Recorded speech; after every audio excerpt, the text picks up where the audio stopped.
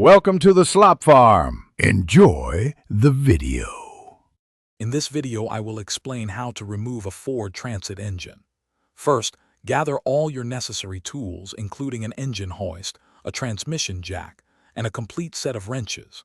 Next, ensure the vehicle is safe to work on by disconnecting the battery's negative terminal.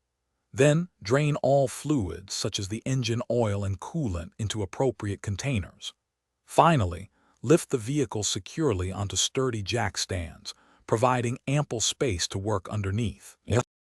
Now, let's move on to disconnecting the engine's peripherals. Begin by carefully removing the air intake system and all radiator hoses. Proceed to detach every electrical connector from the engine, labeling them as you go.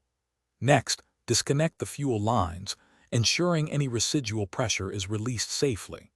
Then, unbolt the exhaust system from the manifold and separate the power steering lines. Finally, disconnect the drive shaft or half shafts from the transmission. With everything disconnected, it's time to prepare for removal.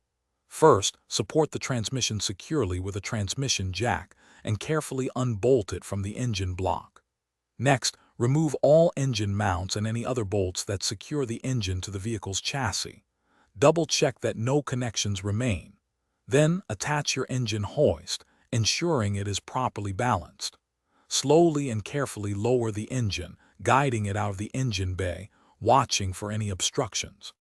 After successfully removing the engine, take a moment to inspect all components for wear or damage. This is an excellent opportunity to replace any worn parts, such as seals, gaskets, or belts, to ensure optimal performance. Remember to label all wires, hoses, and bolts during the disassembly process. This will significantly simplify reassembly. Planning ahead and taking these extra steps will save you time and effort in the long run, ensuring a smooth reinstallation. Thanks for watching.